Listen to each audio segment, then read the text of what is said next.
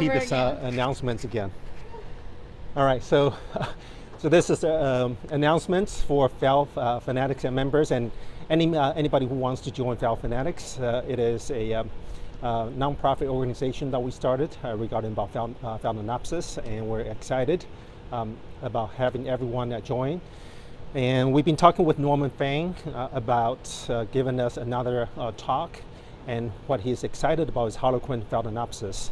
And he's very excited about the topic, and we will have it sometimes at the end of April. We will announce the date and the time next weekend, so stay tuned. Yes, like I said, join Phalaenopsis, and Norman will give us his best knowledge, his excitement about Harlequin Phalaenopsis. All right, hopefully the voice is there. And I'm going to give the mic to Jamie for her pre-show. Here we are again, guys. Happy Easter. Never a dull moment at the nursery here or at home or any part of my life. Hannah would love to wish everybody happy Easter in her Easter outfit. We're a little early for you for tomorrow. So can you see Hannah in her beautiful outfit? This was given to us by our security guard at the condo, which is such a nice gesture. But anyway, I'm going to give Hannah back to you guys. If you notice, I now have my own stage, guys. How exciting is this? Norman's stage is over there, and the boys built me a stage last week, right after the podcast. We're good. I got the director going, woohoo. Anyways, I'm going to hand over Hannah. Guys, I can't work with Hannah on me. So, welcome all new members. We are up to 2,900, I guess. Right, Jeff, 2,900. Oh shoot, did I touch anything? Let me put this over there. We are being very, very serious about screening people into our lovely small home community of the orchids here. That's why we're still under 3,000. Jeff has got the eagle eye of screening people in, because there's just so many of these fake accounts coming through, not only for this group but for all of our other 14 groups of ours. So our moderators are working really, really hard to check through everybody. If you're too pretty, you're probably not going to come in because you're probably fake. Just kidding. Anyways, so yesterday we had an exciting special jumper. Besides, we've been doing a special jumper just for the dragonfly. Yesterday we did one for the blues. I noticed the other day, now spring is here. Obviously, can you shoot the camera? Look, the color in the greenhouse is amazing. It is Easter, so we have a lot of pinks and blush colors in this house. So I went through the back, all the indigos, the blues, all the young stuff is coming up, along with other nurseries products coming up. It's very exciting, which makes my job so much harder, because now I gotta just try to limit myself to 50 and under for the jumpers. So I decided to do special blue jumpers, and to my surprise, we had a client of ours. Actually, he's not a new client for Norman's Orchids. He's actually been with us for 20 years, and you probably noticed him buying probably 9 out of 19 yesterday. He knows what he's doing, and he actually commented to me that the jumper price is very fair, and he was thrilled that he's now able to buy the good stuff from us through the jumper, because Norman really has less of his clients that he sells those plants to, but never public to the .com people. Through the jumpers, now we're able to share these products, so he won't hoard them all. So anyway, with that, next week we'll have a special jumper on the blues again, so more people are able to maybe hopefully get a plant or two. Today, since it's Easter, someone commenting starting his own blue group. Oh, honey, like the blue man in Vegas. Do you understand? He's been buying the blues for the last 10 years, and he commented to me he understands the prices is not really high for what we're doing. Giving him the one best plant versus he buys them by 5s and 6s and 3s in every crosses. He's been doing that for a decade, because he said, look, we all kill plants. I don't want to kill that one and then have to chase you guys for something I bought 2 years ago and you're going to be out of stock. So he's actually got a very good collection of blues already, so he's just adding on. Yeah, watch out, he wants dragonfly now, but I'll limit him, don't worry. Anyway, so we're gonna have the blues again on a special jumper next week, but enough about the jumpers. Thank you, Jeff, for doing a quick video about how to process and buy a jumper for the new people that keep coming in, that what is a jumper. And Joff is going to do a write-up as well soon. Take your time, Joff. We'll put that up as well, just to help with what is a jumper or how not to buy a jumper. Anyway, so today, since it's Easter, I'm sorry if I didn't introduce myself. I'm Jamie Fang, in case you don't know who I am. The youngest of the Fangs. We're hosted at Montclair, California. Norman's Orchids, orchids.com. Yeah, Hannah's just go to sleep in Jeff's arm. You're comfy, Jeff. Anyway, so you can find our YouTube on the podcast on YouTube under Norman's Orchids, and then subscribe. Hit the subscribe, share, because we really like to share with a lot of people that we may not have them come into our group, and like it. Yeah, Jeff is going like this, and like it now, guys. So spread the word. So they don't really have to join our group to be able to enjoy our podcast. They just won't be able to see the show and tell, because we want to keep that private for our group. We don't want to put it out there, come and fight for the plants that should belong to you guys. Anyway, so we're going to do a little bit of Easter, since the stage is staged for Easter. Can you see everything? Am I being dramatic? I went to bed at 2, so I'm a little bit high on caffeine right now. So, okay, let's do some Easter stuff. Easter foo-foo stuff. Oh, I forgot my basket. I'll be right back. Just get my phone. Oh, shoot. I'll be right back.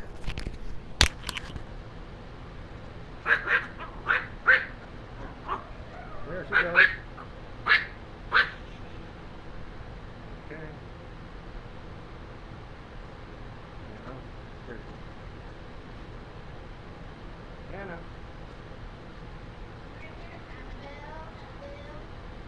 Okay.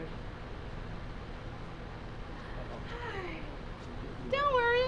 Mama's not going very far.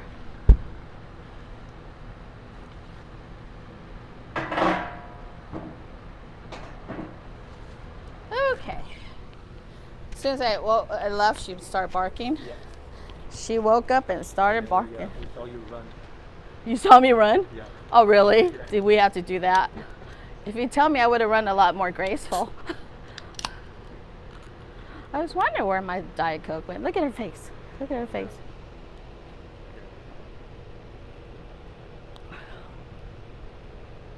Hannah?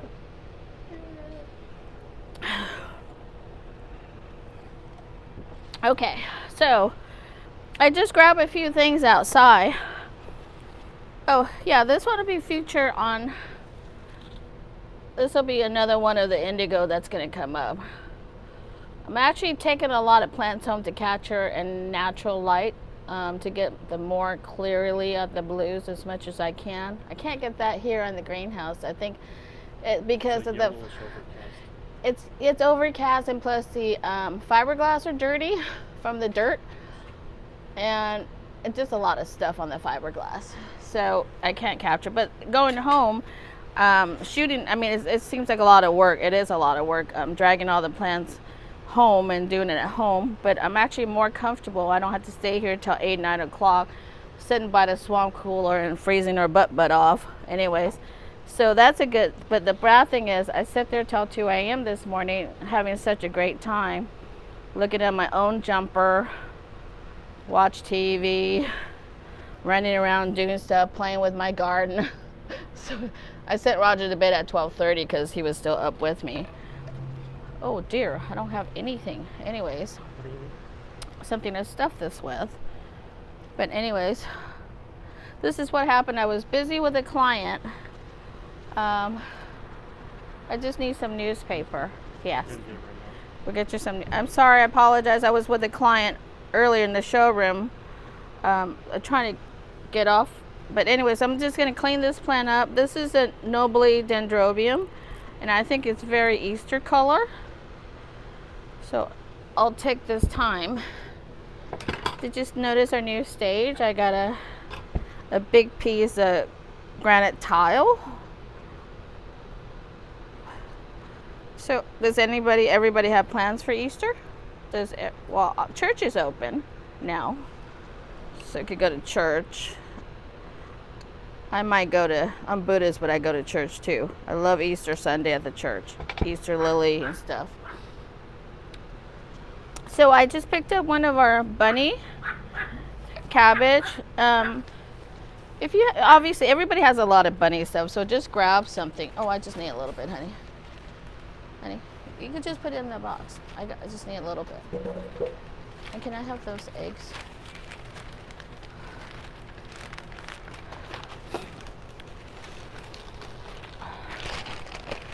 So you grab your paper by sheets and just kind of lightly tighten it up a little bit. Because again, you've got to remember, you don't really want, this is all I need, honey. This is all I need. You don't want to make the arrangement so tight the plant cannot breathe down there. We just want to stabilize it. When you do things at home, you're not really transporting. When I was at the shop, I got to make it at least stabilized that people could have the ride home. So I'm just going to do this real tight. I mean, real lightly. What am I saying? And I actually even got a Lazy Susan, guys. Exciting news. This is what I do at the shop. Annabelle, stop it. So here we go. So just enough so it won't move. This is great, and I get to see what I'm doing. So nobly is, usually we strip most of the leaf because we want to enjoy the flower, because half the time they're in our way. Again, you could exercise my way to take off the leaf and split it in half, and voila. Try to hold your cane again, just like you hold the Phalaenopsis. Sorry, we got an airplane overhead. Right? Because Dendrobium, you really want to strip most of the leaf, but you want to just see the flower. So if the leaf is in your way, just strip it all. And if you notice this, there's some black spot, and then again, it's not can you see this, Roger? The black spot underneath? Residue. This is a residue. It's not a disease. Do not go on support and try to email us right away. This just get wiped off with a damp cloth. Look at my finger is already dirty. It's from the moisture, so it's residue. So don't get too excited. Just kind of wipe it off.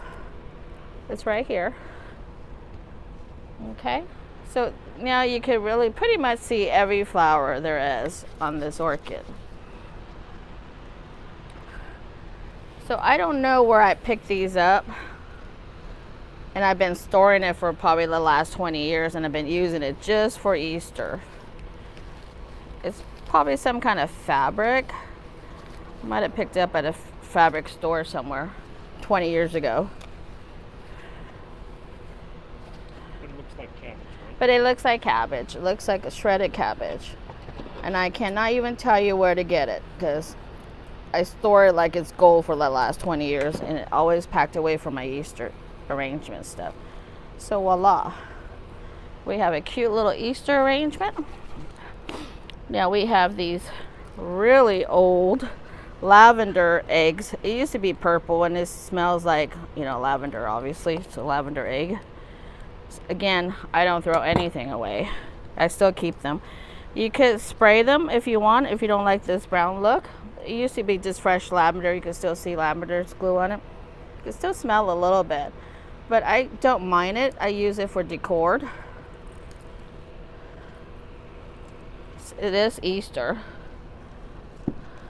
You'll see me, when you come into the nursery, if you see me looking on the ground, is because I'm not being rude or anything. I'm looking on the floor for something I could use to do a design. I'll be outside picking up rocks or sticks or whatever. Here's another one. So we just want to use these eggs and to tie in the Easter, and they're very light, so I could actually put it on a bud. And I like to work in threes, obviously. And These are like $1.75. That's what we used to sell them at the shop.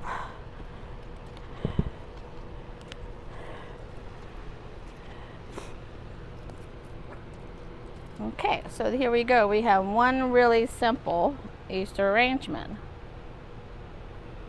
We're good?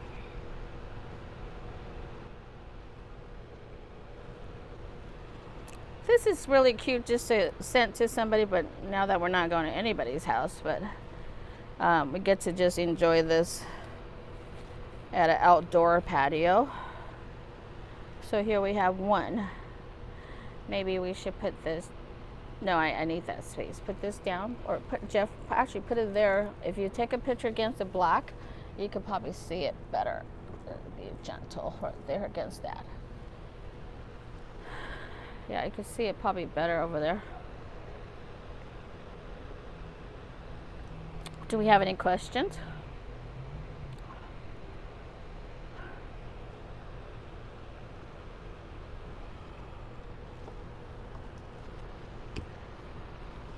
I wish we could. Comment. Huh? Hannah What? sounds like a baby duck. Hannah cracks. She doesn't bark. Now she's all upset, laying down, looking at me like, "How dare you? How dare you?" But that outfit is really cute, though. Wait till I post. I did a photo section of her this morning, huh? With some pink, yellow daisies and stuff. Okay, so on to the big arrangement, the one we're really waiting for. Hey, stop it. So again, I think I showed you guys this before. If you have a basket that's used, and this one is probably seen better days, I either will paint it, just give it a fresh coat of whatever color you're working with that day.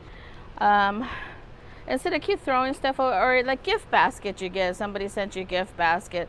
I get tons of these gift baskets sent into the house, and they're cheesy baskets, so you could just give it a quick spray. So if you go into somebody's house, you could reuse those baskets, or just put it around the house for towels or whatever you use. But this one, it took me 5 minutes to gather all this stuff. That's why I was running today. So voila, found some fabric just kind of hanging out. So let me see what we could do with this. And guess what? It's pink. I think it's pink is for Easter, right? Guys, is it? Sure. Sure. Jeff's like, I don't care. I'm just a cameraman that forgets to turn on the voice sometimes. I've been to school. I gotta go to school. We will give you a budget to go, and you take Roger with you, the camera school. Right? Then I need to go to one of these design school or something, since I'm just a business major. Is Norman watching? He's not even here. Well, anyway, so I'm just gonna make my own little baskets, and it's my design. If you hate it, create your own.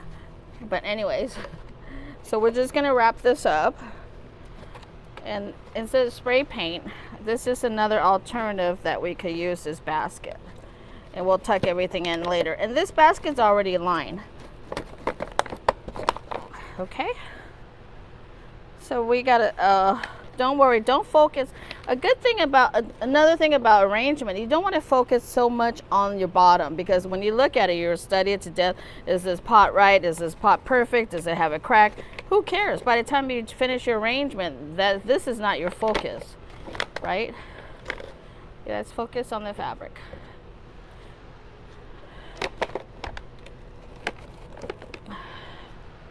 And I always do things with a fly. You can ask Roger. Whenever I'm at the shop, I never really think about it. I just always walk by, reach for something, and just voila, put it together.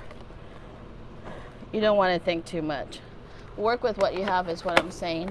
Because you only have so much stuff in your greenhouse. You don't have this. Even if I have this, I don't want to focus too much, because that'll take half of my day just trying to think too much into it. And Jamie don't have that much time. Okay, we'll tuck all this in later. Again, this has to be just loose, free flow. So we're gonna do, again just grab some orchids. Let me put it together, and then I'll string this around for you guys. Are you trying to say hi to Norman? Yeah, she sees Norman. Okay. Say hi, Norman. Hi, Uncle Norman. Hi, Uncle Norman. She's like, how come you're not saying hi to me? Again, your tall one should be in the middle. I'll swing this one around in a minute. Norman, I get my own table. What do you think about that? It's about time, right? Now you can stage your own table. You're behind? Yeah, you're really behind if you haven't. Again, I have a leaf. Oops. I have a leaf I want to take apart. So I'm going to do the 2-tier thing. The least you have to work with a tool, the better. Because if Norman was doing this, he probably broke the spike already. He's not listening. This is great. He is totally. You're deaf, yes, exactly. Selective deafness.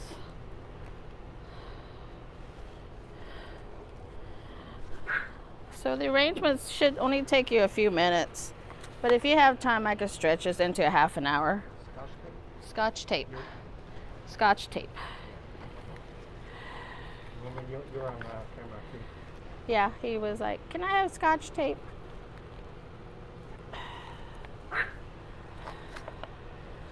Okay, so this is what we got going on so far.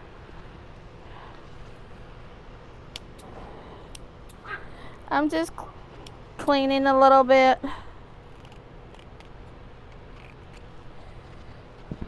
Okay, so this looks like some kind of order, right, guys? And of course, I didn't bring any stick, obviously. No, I'm good.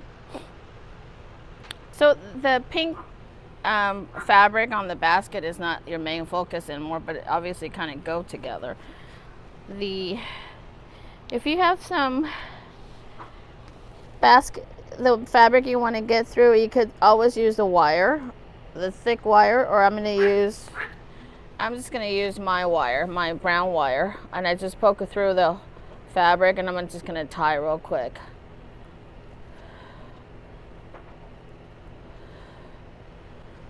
So that'll prevent the fabric from falling. I'm not gonna do that all sides, just a little bit. So I'll make sure the fabric don't fall. Whoop, make sure my basket don't fall. Slippery with the fabric. I just poke a hole through the fabric, just like that. And if you can't poke it, just use a little scissors and just cut a little hole for it. And again, just tie it real quick. So we're just making sure the size is not gonna fall off. Annabelle, stop it, please. Yeah, I tell you, Mama. You can't have this stage. You're too old now.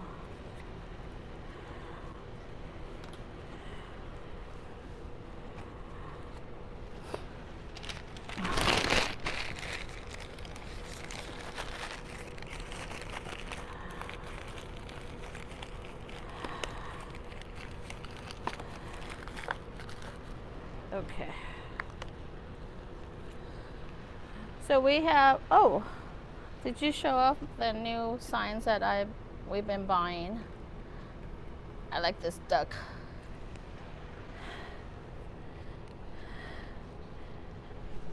I need a bamboo.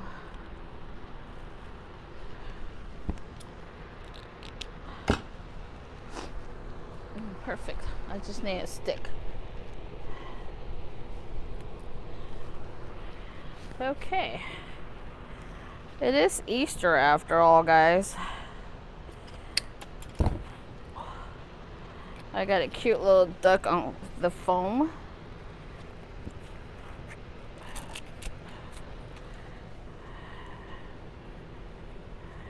Maybe trying to see where I want the ducky.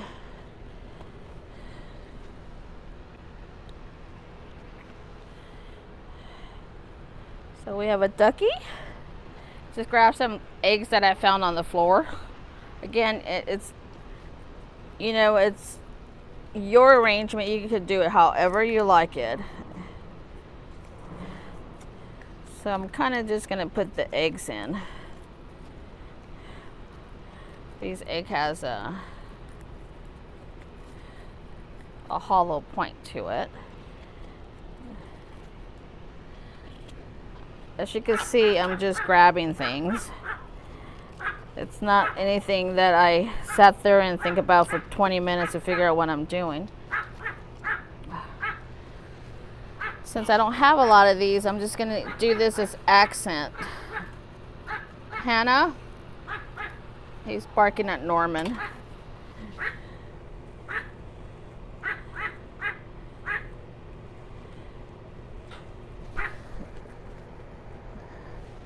They're more for accent because I'm going to try to use this. These lazy Susans are hard to use when you got fabric on there.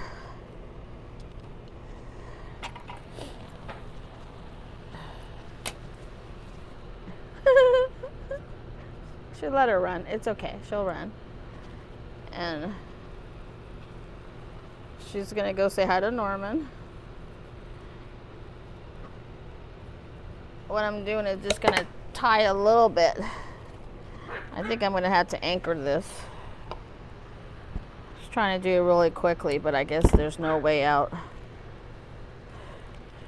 When you tie an egg, Roger, she'll be all right. She'll just run over the stage like she does. It's just basically you want to anchor it, okay? That way it's not going to fall on me again.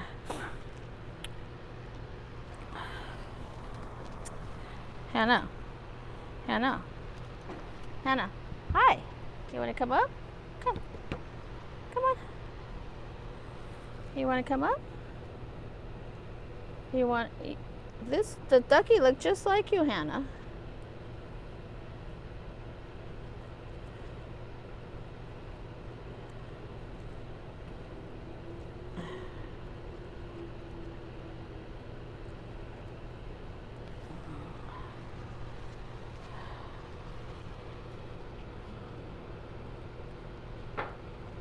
If I'm not doing it so fast, I could probably do a better job, but you get the idea.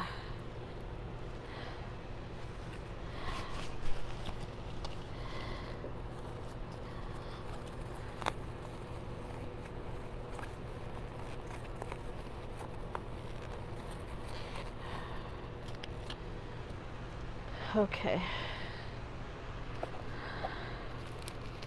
You know, for years, I refused to learn how to make a ribbon, and I'm really even not mastering it because I really don't like ribbon.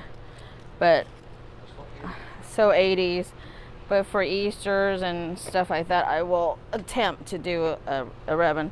I was taught how to do a ribbon by, you know who about Norman? Don Delano. These are cute little ribbons. Yeah, for flower shop, they need the ribbon to make the volume of the arrangement better. Yeah, so she taught Dawn, if you're on, I'm not the best ribbon student ever, I don't think, but I make do for what I need, because again, our arrangement should not have ribbon because it just takes too much away from our orchids. But it is the holiday, so I will just entertain.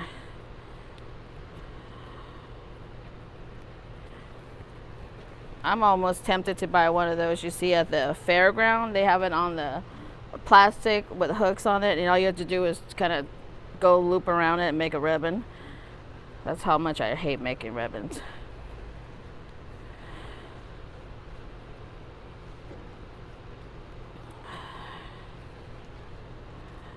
Should probably have this on the floor, but anyways, almost there.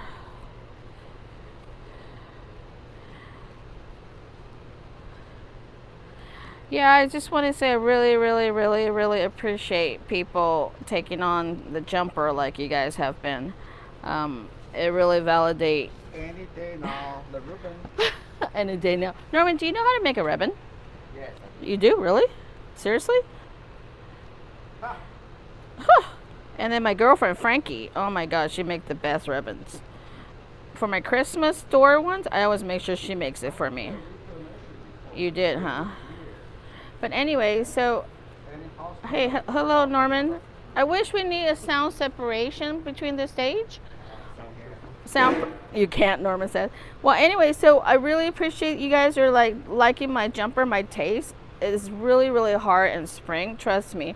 Everything, there's room for improvement. Norman, you're lucky. We're on stage. We're on live. The only time I can pick on her. Yeah, because I'm live. I can't talk back. Well, I could, really. Well, anyways, it validates the trust you guys have for me. And, you know, somebody was right. You know, doing the jumper is really the time I get to really study and enjoy the flower. And obviously get a better ribbon cutter. Scissors next time, Jamie? Again, like, I don't do ribbon, so. Yeah, Norman. I went to my 1/3 of my greenhouse, which is always the best part. But Norman and I do negotiate. He did take 3 plant, and I took 4 plant out, so we took 7 plant out. But then I threw 2 plants back in for somebody yesterday, so we're good. So we made a cute little yellow ribbon. I think it's semi-decent, I think.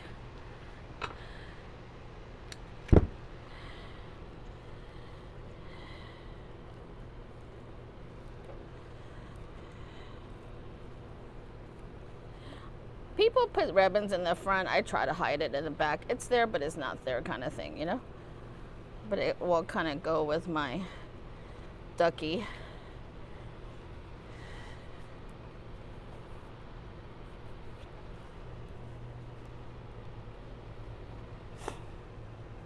So we'll dress it up a little bit. Yeah, I'm sorry, my ribbon career will never get good at. Because I refuse to learn.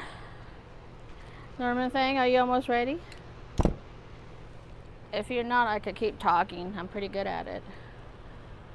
Oh, perfect. Mr. Fang, are you ready? Norman? He's ignoring me. Or, I'm sorry, did I get your deaf ear?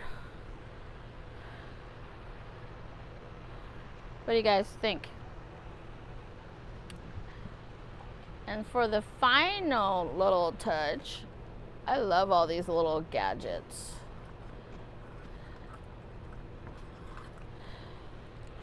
And I used to sell these at the shop. I keep all the best one when I close the stuff. This is a wooden Easter little guy with the wooden legs. Everything moves. It's really good quality. So let's put him here.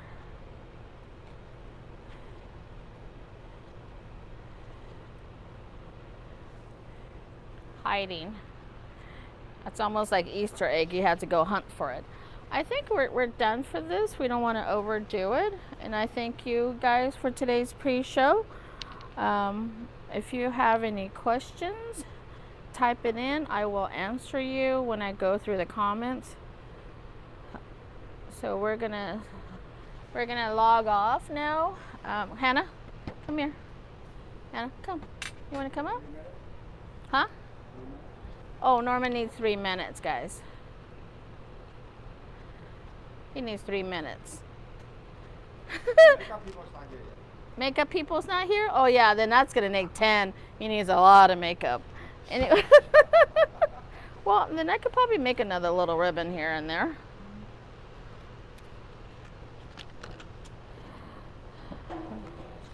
Oh, yesterday I did have to talk to a new jumper. Yeah, because she keep writing so, and I'm trying to make her understand. You cannot keep writing so on every post, because if I do look for it, you're going to have a lot of so's, seconds and thirds and stuff. And she's like, oh, let me go delete it. I go, oh, no, you can't do that either. So, so try to be real careful when you put your second and third soul. I understand when Jeff had, yeah, you cannot mark soul ever. We're going to skip right. Oh, can you unsoul some? No, Norma, you cannot unsoul some. No, Norman, you cannot unsold. Or maybe let you put some sold, but not unsold. Maybe. Oh, somebody just came in and go, wow. We've been hearing that a lot lately. Yeah, so please do not delete, and only serious second and third soul, as second and third soul really takes me a lot longer to go hunt than the first soul, jumper, because for the jumper, I mean, you know, when I just walk by, pick up a jumper is so easy. For me to go back and look, it's really a task. Sent Roger the other day, now he understands. Sent Roger to help me find a jumper, right? A second soul. Roger, how long did it take you? 45 minutes to skill to that one. It took you 45 minutes. Granted, he doesn't know the nursery, but it took him 45 minutes and he couldn't even find it. So not every time I look for the soul, I could find. So when I do find it, I'm very ecstatic that I could do that for the people that really love it just as much as the first person that bought it. So please be serious. Now, Jeff had that conversation with me today. It's like, what do you do when you have two people is neck to neck about the soul, right? Jeff, is that what your question was? And how do I handle that? I will usually just go through the whole days of things and understand that person's not marking soul just for the heck of it. But when you're fighting for it neck to neck, it's kind of hard. If you're coming in as a second soul at 2 or 3 minutes later, that's a definitely soul. But when you fight neck to neck, we don't know. Yeah. So how do we deal with that? It's kind of the, you know, trial per cases sort of, Jeff, right? Is what I told you earlier. So what do you do when that person obviously has to hold the money for the one that maybe Jamie will find, but then you don't want to mess up for the rest of the jumpers coming out as well. So when you're neck to neck on the same minute, I usually will excuse that, you know, then I will ask you, should I go look?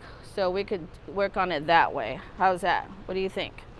That works. Yeah, I just don't want to be make it not fun for. Otherwise, if you're coming second all the time, your Yeah. budget, you may think your budget's gone and you haven't even bought anything. You haven't bought anything, and you may not get anything, just like, you know, Roger, look for it.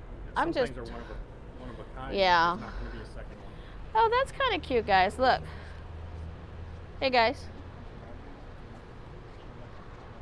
Hey, Jeff.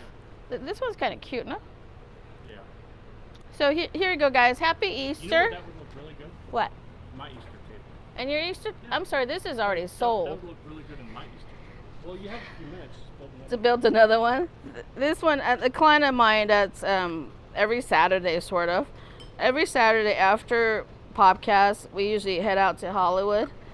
Before they picked up at the condo, but we like a Arby's out there, so we offer to deliver because there's not that many Arby's around. So we go out. It's only 15 minutes from the house, so she gets orchids from me every Saturday if I have time to go. So this will be her Easter table. Hey guys, Norman, here you go. Here's your camera. Happy Easter, you guys. Thank you. We'll talk to you on PM. PM? PM.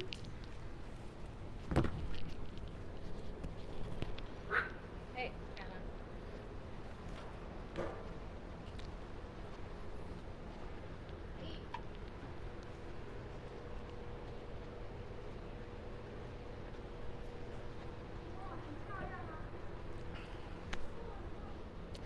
How are we doing? Okay.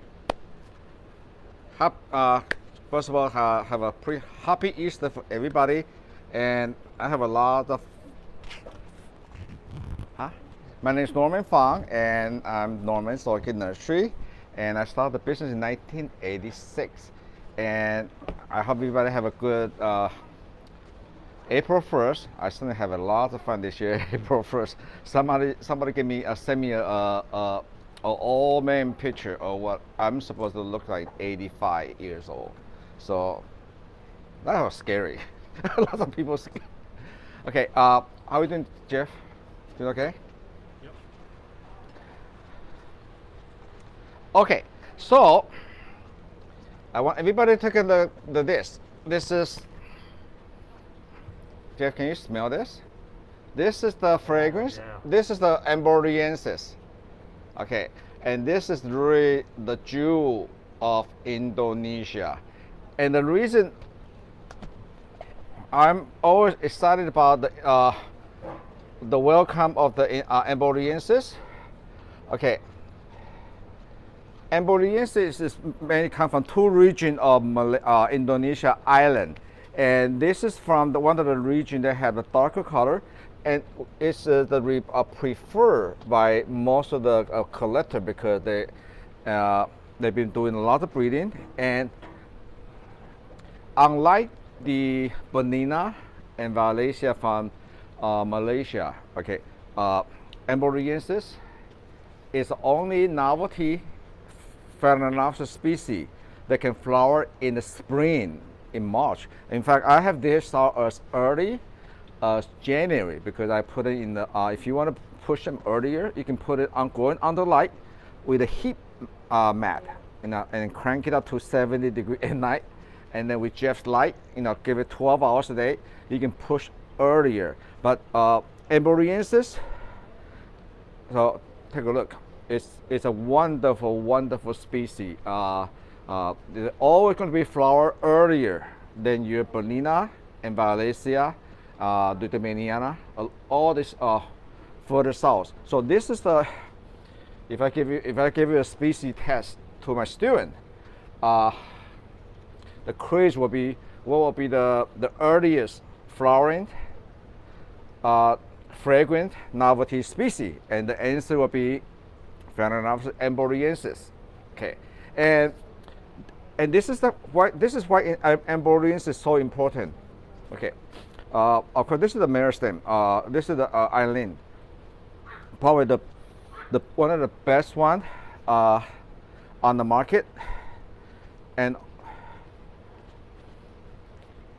amboinensis have a very strong flower stem, and they go upright, go vertical, unlike the banana and Valencia, which is kind of very close, they're kind of pendulum and very close to the lip, the leaf of the flower. So by itself, it is very, very desirable. In breeder's point of view, we always like something that go upright and very strong stem. So if you don't have the time to spike it, they will be okay. And another thing nice thing about this is they are also sequential flower. And sequential, for those of you who are new with us, sequential means they will flower one at a time. So this is for example, this is the first bloom, tissue culture clone. This is about 4 years old. And so next year, a new one will be coming up. Oh, well, in fact, because we feed them with good nutrient with Norman Orchid food, Orchid Mega Dry. Here's another second spike coming up from here. All right, so there's another spike coming up here. So this new spike will be probably ready for summer. And this is the one that for the earliest one this year. And then you never cut off the spike, just like your banana and Valencia. And another thing about the what? The amboinensis is in the background of any of the yellow Phalaenopsis that you see. If you see any standard size Phalaenopsis like this one here for the foolish gold, they all have amboinensis about maybe 10-20 generations back. So what happened with the breeder back in it took about 30-40 years ago, they started using the standard white Phalaenopsis or the species crossing the Aphrodites onto the amboinensis. So in the very beginning, they will kind of wash off the color. So majority of the amboinensis in the early day of yellow, they tend to kind of fade it. But if you see, in order to get Phalaenopsis with a good yellow or orange, you have to have the species in there. But because they cross with a big Phalaenopsis that have the species with Sanderiana Aphrodite are marvelous that do not have species. So a lot of this, all the fragrance from the amboinensis is kind of washed off, but they still give you nice trace of amboinensis on the leaf. The leaf on the amboinensis is very, very kind of firm and texture, so it does pass on some of the good quality of the amboinensis onto some of the yellow Phalaenopsis. Okay. So the culture on this Phalaenopsis, amboinensis, is very similar to all your novelty. At their native habitat in Indonesia, the summertime get up to about 85, 89.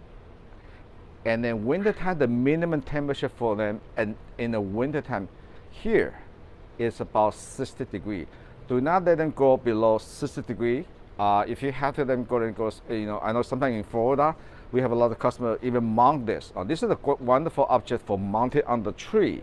If you have mounted on the tree, when you have a cold front coming, go ahead and use some of the blanket, any of the old blanket, and make sure you can cover the leaf or the plant, and they will give you some discoloration on the foliage when the temperature go down. So the trick also is make sure you don't water them when you go in the wintertime.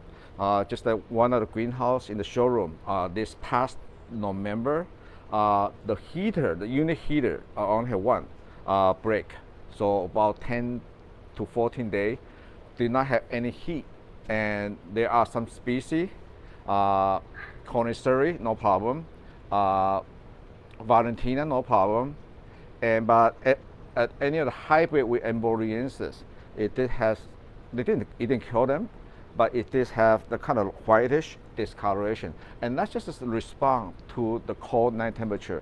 How low did it get? It went down to 48 degrees.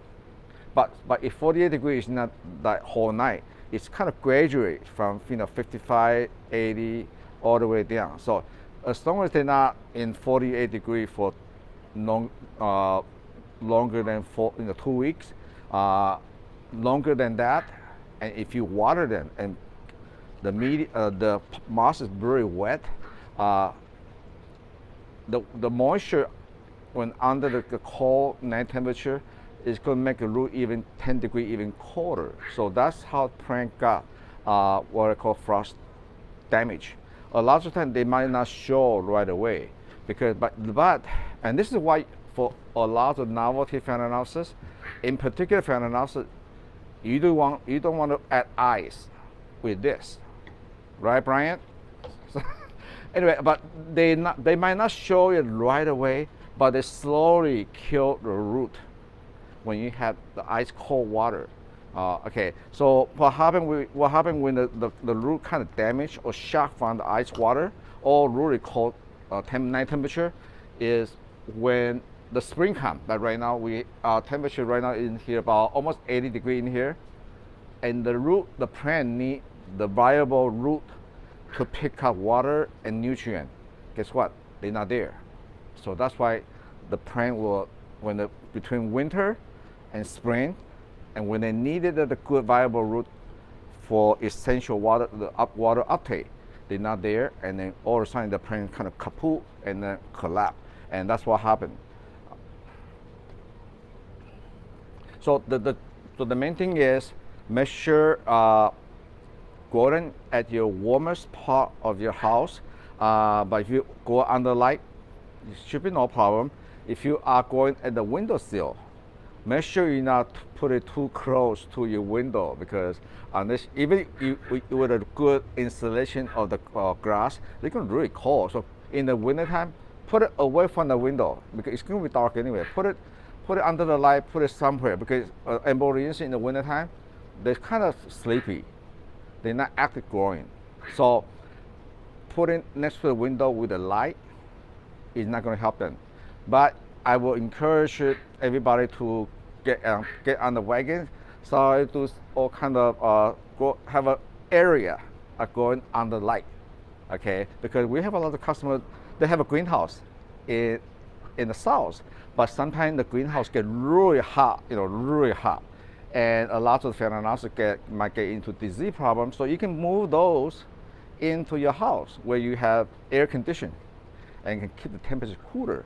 Okay, whatever is comfortable for you is comfortable for them. Okay, so keep that in mind. And so in the springtime, but right now, they can take a little bit more light.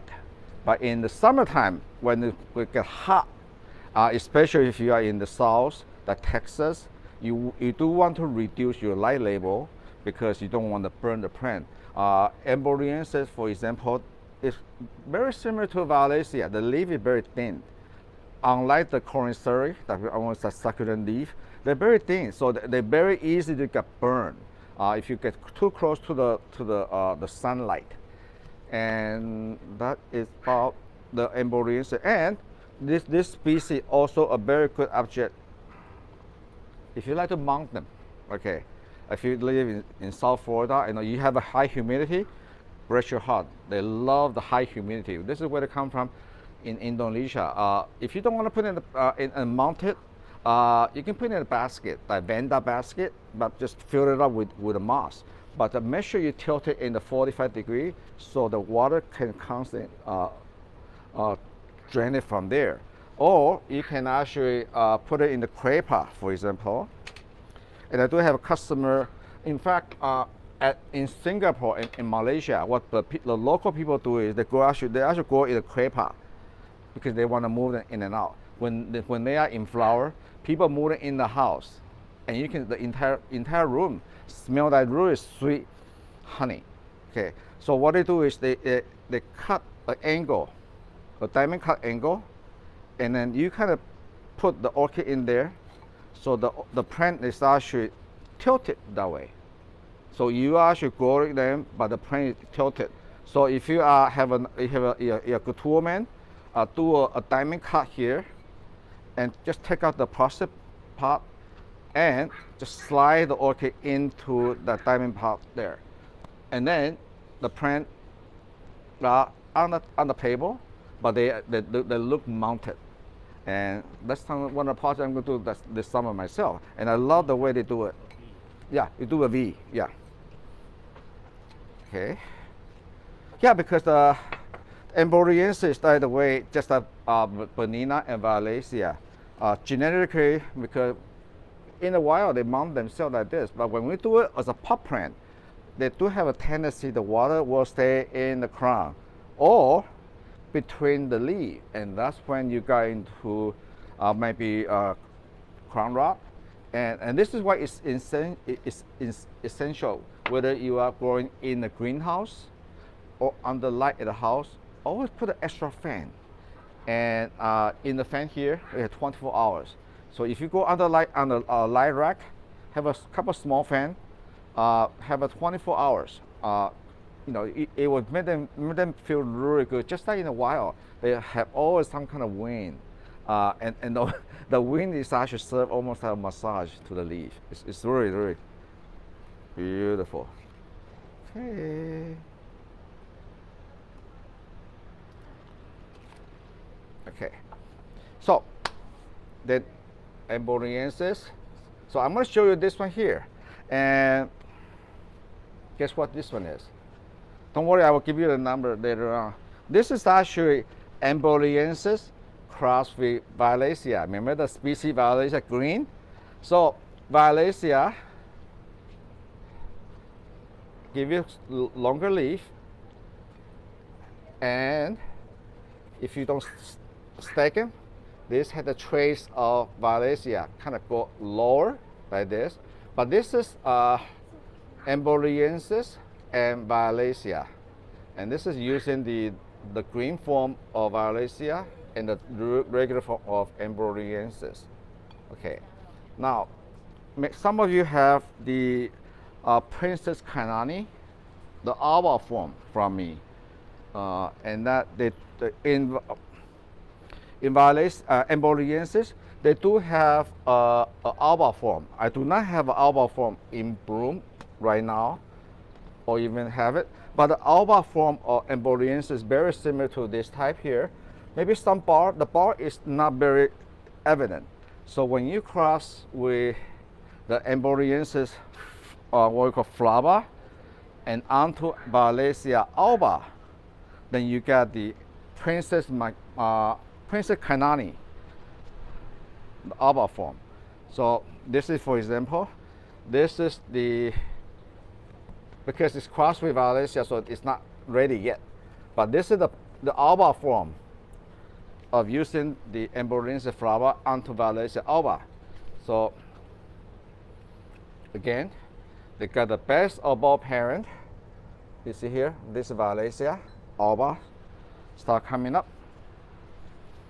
and the leaf is very dominant by the Valencia. Okay, and this is what I mean by sequential flower. Look at this old spike. They know it's spring and the weather getting warmer, and right now the sun come out at 7 and the sunset is at 7 p.m. So you get the long day, the day length is getting longer, and all this novelty, especially with the Valencia background, you start working up. You see all this here? They are starting to develop now. And this is the new spike coming up along with the new one. So with the novelty Phalaenopsis, when you want to buy Phalaenopsis, especially the novelty, you want to buy them. If a premium size, the bigger size is available, it's worth the $10 extra at my nursery, because they are minimum 1 year order. And this is what I consider. Too bad there's no judging in our region right now. If I present this with 6-8 spike for the Princess Kanani alba form, you can easily get the cultural war for what it is. Okay. And so this is why the species amboinensis is so important. We use a lot in breeding. So this is another example. This is kind of fun doing a podcast, and I thought I sold out this 2 years ago, and I just found a small population of this. Okay, this is actually had gigantea in the background. You can tell the gigantea leaf. Okay, but Zenmin tarantula have a lot of Violecia, vanilla, and also guess what? The amboinensis. So this hybrid have a lot of amboinensis influence, and the gigantea make a flower very, very nice and full, and also very small and compact. This is what's nice about gigantea. The gigantea, the leaf make it really big, but gigantea is a recessive in breeding. It's very dominant in the color and the flower shape, but it's recessive in the size of the plant. Look at this. This hybrid is half gigantea here. 4 years old, and the leaf is not bigger than the species parent.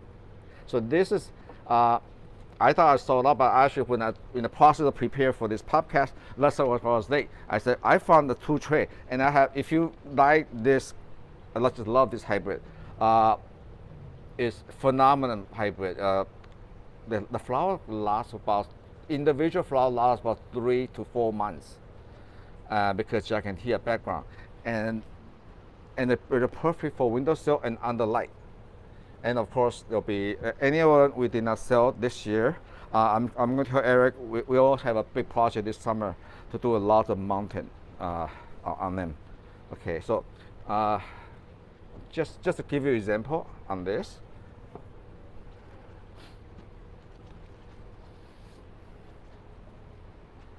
And another thing fun about the majority of the amboinensis background, if you see any novelty, like for example this one here, this is the Yangfang Sir Sweet. Okay, I think we offered this about 3 years ago. We have this again.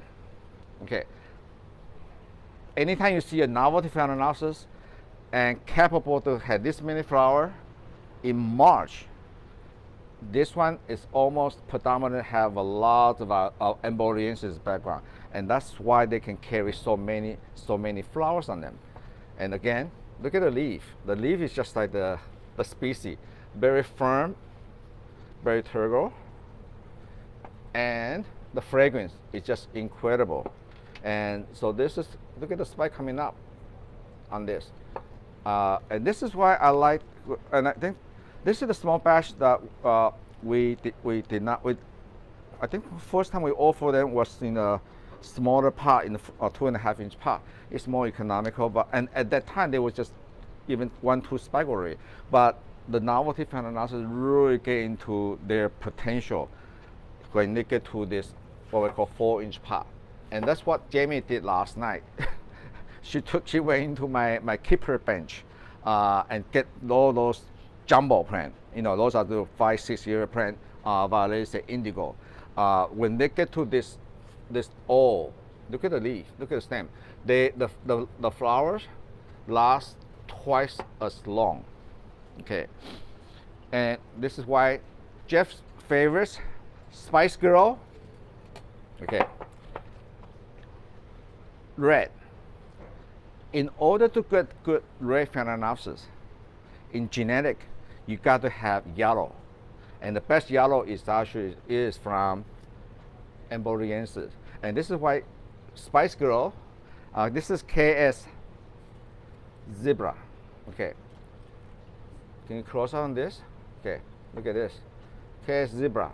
Okay, this doesn't have any tetraploid in the background, but have a lot of vanilla, violet, and most of it a lot of amboinensis.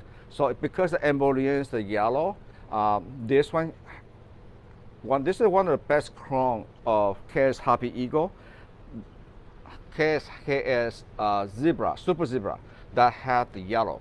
Okay, and again, because amboinensis, it can increase the flower blooming season to spring versus some of the old novelty hybrid in from the 80 and 90, like Phalaenopsis Joe's Vasquez, for example.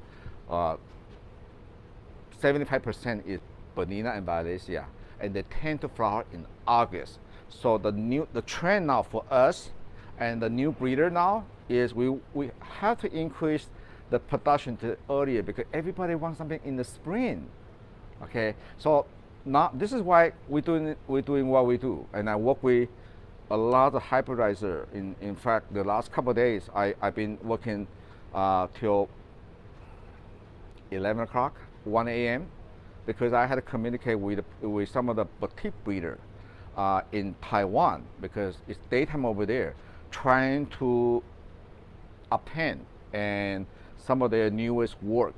And some of the boutique breeder, for example, that I just signed a exclusive right with a very young breeder. He worked, it's called London Lean. He always registered his hybrid as LYDON. Very nice person. He worked one of the top chip maker, the Taiwan semiconductor company, and breeding orchid is his hobby. This is how he relaxed as an engineer, electrical engineer. So so we now going to carry a lot of his hybrid, and he didn't produce a lot of them. So we're going to bring in his line breeding, sometime maybe 2 flasks, 3 flasks, and we will put it into what we call our research and development. So that way we can flower them, and he does a good job on pushing the envelope for a lot of early. You know, the goal for him, you know, is to have novelty Phalaenopsis flower for Taiwan International Show in March. Okay, because as many years I've been to Taiwan International Show, in March, all you see is the big white, the big pink, the candy stripe. But gradually, starting about 4 years ago, we started to see novelty Phalaenopsis, but never have the capacity like Spice Girl. They have so many flowers. So there's only a handful of the breeder over there to do this. And the reason I like to deal with and work with this young breeder, because this is their hobby. They will do anything and think outside the box to try a lot of impossible hybrid. A lot of time, some of this, the breeding hybridizing is a very lonely journey, because sometimes we make 50 hybrid, maybe 50 special novelty, 50 will be just drop, nothing there. And out of that 50, so out of that 100 CPAP, for example, maybe 50 will be drop, not going to do anything. And the other 50, maybe 20% or 30% will actually have viable seed. A lot of them just nothing there because the chromosome is not matched.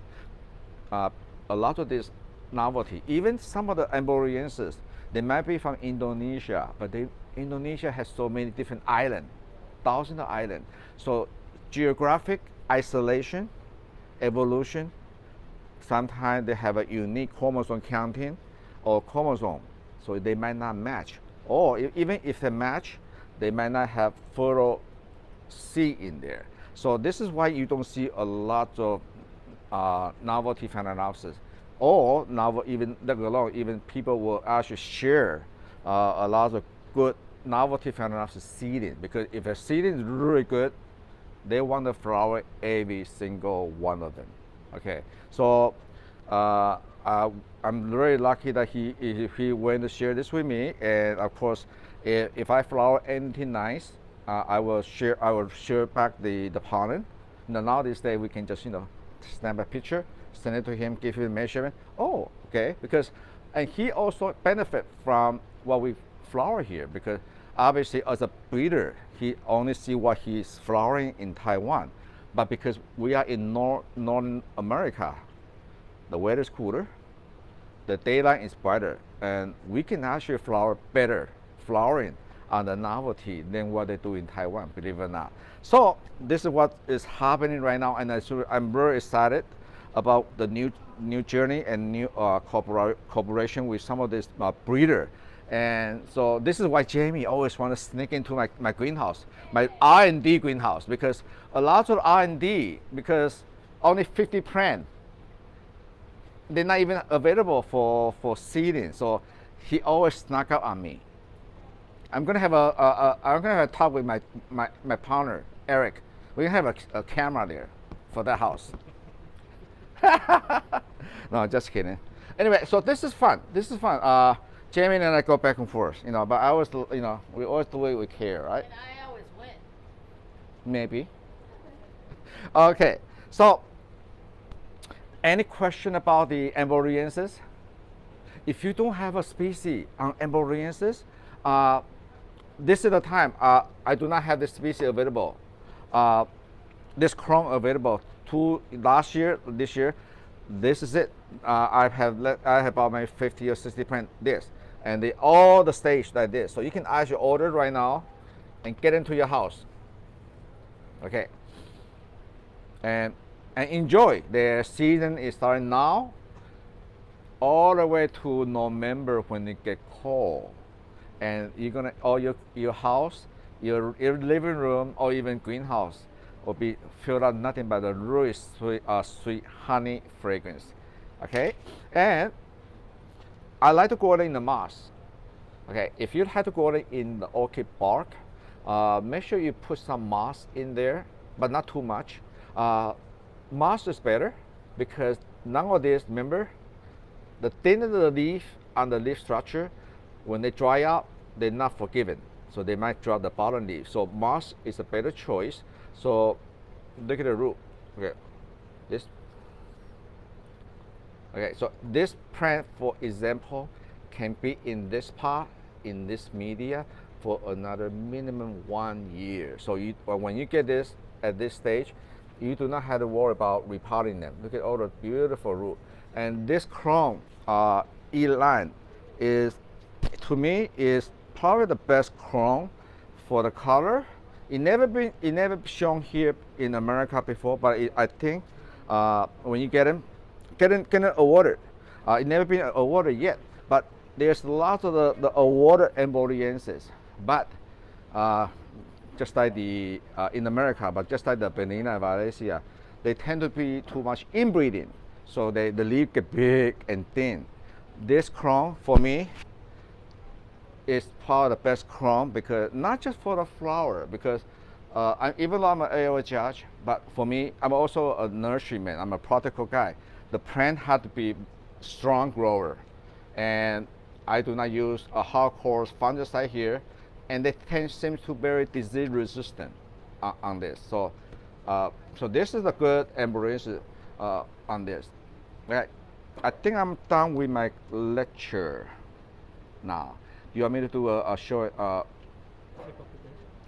Tip of the day? Tip of the week? Oh, before we move on? Yeah, I don't have this available yet, but this is what the R&D. This is what we call, this is from my research and development, and this is from London, okay? And I think he does a very good job. This is the goal. I think this is an improvement over Spice Girl. Okay, Spice Girl is a red, but Spice Girl had better fragrance. But this one had the better presentation, had the bigger flower. So the judges will tend to like this kind of stuff, because there's no point for fragrance. But the fragrance, if I want to give a fragrance award, I will put Spice Girl. But if I want to give a quality award for the color, the number of flowers, and look at the flower count. It has so many flowers at the same time. Okay, so I better hide this so Jamie cannot take it for the jumper. No, just kidding. I will share this one here with Jamie for jumper. This is one of the. We got 2 flasks from Mr. Lin, and out of the 2 flasks, we got maybe started with 50 plant, and by the time we finish to this side, maybe down to about 50 plant down to about 30 plant, because the weaker we just throw away, or sometimes they may be the generic, because we don't spray hardcore fungicide. So we do the natural selection already. So the weaker one, they tend to have disease, and we had to discard them. And whatever is left available from the 50 plant, we down to 30 plant. And out of the 30 plant, this is when we go through them and maybe pick out some of the better one for evaluation. And this is when Jamie always trying to sneak into my and this is what we call the breeder's plant. Yeah. Okay. All right. So the tip of the week.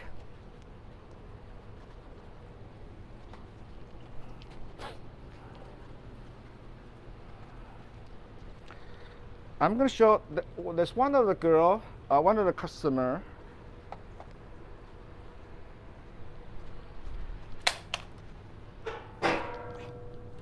Have a question about, she have a terminal spike on one of the Phalaenopsis that David Lin, Oshiriana. And I want, this is, remember the one I showed you 2 weeks ago? We have a terminal spike here. And I cut it, and I showed it again last week. And guess what? It's developing right now. When you have terminal spike, that does not mean the flower is dead. Once you cut it, and then spray with Mega Dry, and I think this one will be either a cakey or flower spike. But I think it will be a cakey. At this stage, what you can do is, the plant physiology, if I'm going to put it, if I want flower, okay, what I'm going to do, I'm going to put it in the colder area. I'm going to put it to the pad. So this emerging spike here, it can go either way. Okay, they can either go male or female. And that is controlled by the temperature. So if I want to have flower spike, I'm going to put it right next to the water pad. Or you can put it closer to your window where it's going to be cold. So then you're going to have flower spike. But I really want to save the plant, because this is they're not going to put out any more new leaf anymore. So I want to become a vegetative stage. So I want to have a cakey. So I'm going to put this. And if you have under light or you have a heat mat, put it at your heat mat at a warm night temperature. Or standard this one here, I'm going to put it on the other side of the greenhouse, away from the fan, but where the away from the pad, the cool water pad. It's gonna be really cold. I'm gonna put it at the warmest spot as possible and keep you watering. And then eventually, by the summertime, this will become a vegetated keiki, and knock on wood. So we'll see. We'll keep watching on this one here. And the second tip of the week is, notice anything about this one here? This is another one of the amboinensis and Valencia line breeding hybrid. Okay, if you receive a plant like this, there's nothing wrong with the plant.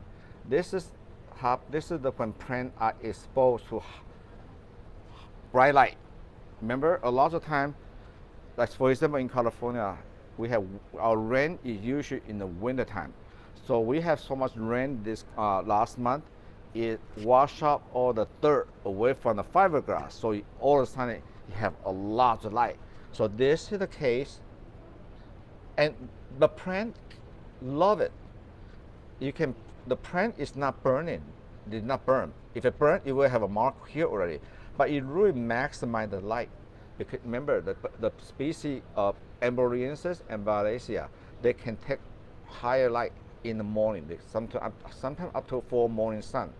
As long as when you touch the leaf, and the leaf is not hot, and then you're not going to burn it. So if you see something like this, you can actually, a lot of growers will actually maximize the light in January. But only for experienced grower to push get the maximum light. And you see here, the old spike had 2 spikes right away, and the third one is almost perfect stage on this. So by next month, this will be a phenomenal presentation by Mother's Day. All 3 spikes will be flower at the same time for you. So don't let when you get orchid from anybody, or especially me, if you see kind of yellow leaf, not everything had to be dark green, just that we all have different color skin. All right, so that is